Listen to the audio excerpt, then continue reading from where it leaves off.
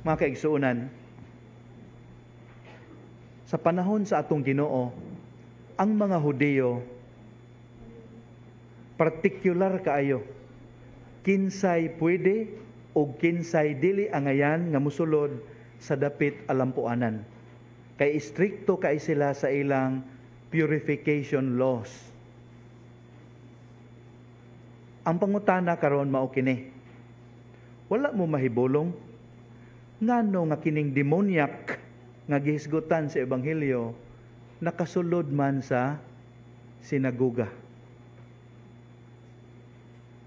Ngano ka? Why nakabantay? For sure wala kay nakasulod gud. Makaigsuunan, posible kaayo di ay nga kining maong giyawaan, possessed individual, behaved and looked like everyone else. Sa ato pa, kini siyang maong demonyak ni blend in dito sa sinagoga. Lahi sa makita nato sa mga Hollywood movies nga maghisgotag mga giyawaan o mga exorcism nga makakuyawan kita kay grabe ang mga demonic manifestations. Pero kani siya lahi ni blend in. Pareha ra gyud siya sa mga tua didto aron mamalandong sa pulong sa Dios. Kanusa nabisto ang presensya sa maong demonyak? Kanusa? Ang aging sa pagpangulikta, Padre, kaya mohog. Dili, nabisto siya sa dihang nahuman na ang powerful teaching sa Ginoo. Kay ngano man, wa na siya kaantos. Di na niya makaya ang lamdag sa pulong sa Dios. Dili na niya makaya ang presensya ni Kristo sa maong sinagoga.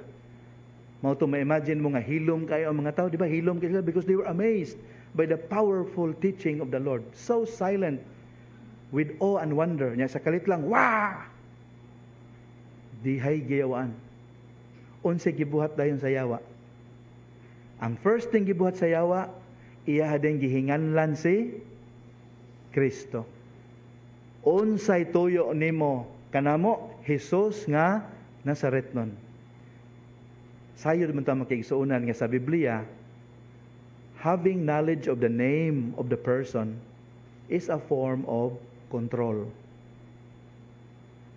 Di mo too? Sige, tagaan ta mo concrete example. Ngano nga the moment you know the name of the person, in a way you have control over that person. Di ako no dito sa usa ka dapit sa Amerika makigsuunan nga nainindot nga zoo din ha. Ang mga tao nag-alirong sa lugar sa mga unggoy. Nya ganahan kay sila mo selfie sa usa ka gorilla nga majestic ayo. Ang problema kay nagtalikod. So, ang mga tao dito, they tried to convince the gorilla to face them. Hey gorilla, look over here. Mga Amerika man in English pud ta. About face gorilla. Wa jud mo tagad makaigsuunan. Nya nahitabo ko no nga dihay usa ka pare nga Pilipino, Bisaya pa gyud. Nga naa didto. Iyang gisuwayan. Wa siya mag-in-English. Ang gigamit niya ang style natong mga Bisaya. Sige buhat niya, sit niya pakapinaghoy. Huy! Unsay nitabo makaigsuunan, tanang Bisaya nga naa dito nang lingi niya. And not only that, the amazing thing was milingi ang gorilla.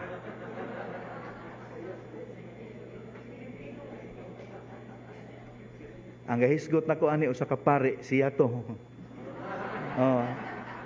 Gibuhat jud kuno niya dito. May God rest his soul. He passed on to the next life already. Makaigsuunan, maunay mahitabo kung naa kay knowledge of the name of the person. Mo ni gibuhat si Yawa, tistingan din niya. Yawa gyud. Hastang Ginoo yang kontrolon. What are you intending to do with us, Jesus of Nazareth? Pero tanawa, na-control niya ang Ginoo? Wala. Gidungagan pa niyang daghang question. Imo kaming laglagon? Wa mutubag ang Ginoo. Snab.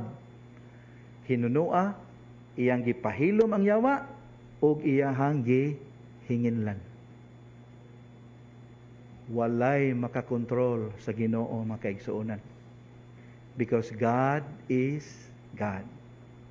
Unsay leksyon nga atong makatunan ining maong mga detalye sa ebanghelyo karon. Una,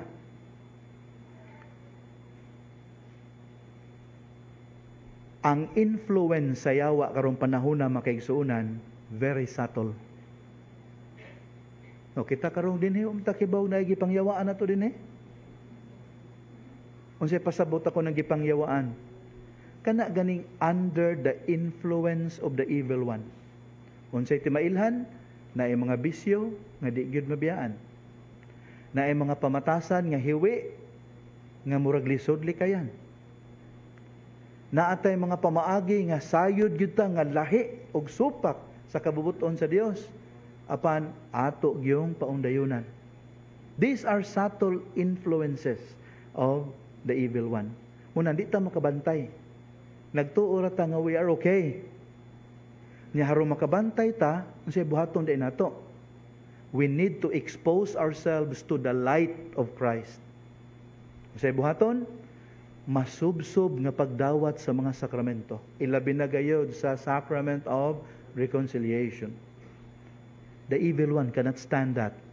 Kay diha sa sakramento sa confession, kita nagpaubos. We accuse ourselves of certain sins. Unsay pamaagi siyawa, okay ra na. Ayaw taguay lang na, okay ra na. Importante way na kahibaw. The moment we expose ourselves to the light of Christ, the evil one cannot stand it. Basa sa Biblia, ampuan ang pulong sa Dios. The evil one cannot stand that. So kung naa nato ang yang influence, sa hinahinay, matangtang kini og mapulihan sa mga espirituhanong gasa sa espiritu sa Dios. We need to expose ourselves, to place ourselves under the light of Christ. Kana mo'y angay natong buhaton. Nya ang atong paminawon, way lain. Ang pulong ra gyud sa Ginoo. Di ta maminaw anang ubang mga opinion. Karong panahon na, ang mga tao mahadlok mo gamit anang pulong nga evil. Kay judgmental ra kuno kaayo na. So they would rather use mga scientific terminologies, monkeys on your back, demons in our lives. Ngiga oy. Di ta mo gamit og evil, Satan, kay very judgmental. Nya ang mga tao dili na mo tan-aw ni anang spiritual realm kanang giingon ganin ni San Pablo nga ang atong pakig-away nining kalibutana dili batok sa mga gahom nga temporal kundi sa mga gahom nga iyawanon. Nga naman, maingon naman ta, well, kaning iya mga weird behavior tungod ni sa poverty o mental illness. Ayaw, let's not deny the reality nga evil exists. Nya unsay buhat niya, maningkamot gyud siya nga madiskaril ang ato ang panaw patubang sa Ginoo. So we need to be very, very watchful.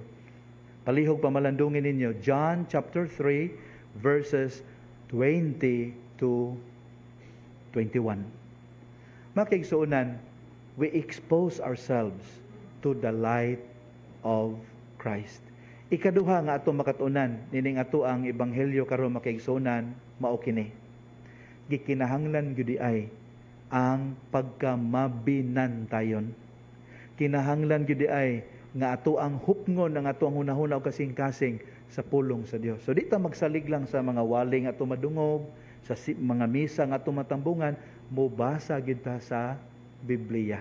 Mabitaw nindot kaayo nga Bible month karon mo na naatay gi-expose nga Biblia dinha to remind us we need to find time to read and pray over the word of God.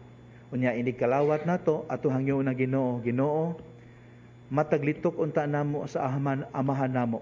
Amo auntang kinasing-kasing nga litukon, ayaw kami itugot nga mahulog sa pagsulay. Hinunua, luwasa kami sa dautan. Amen.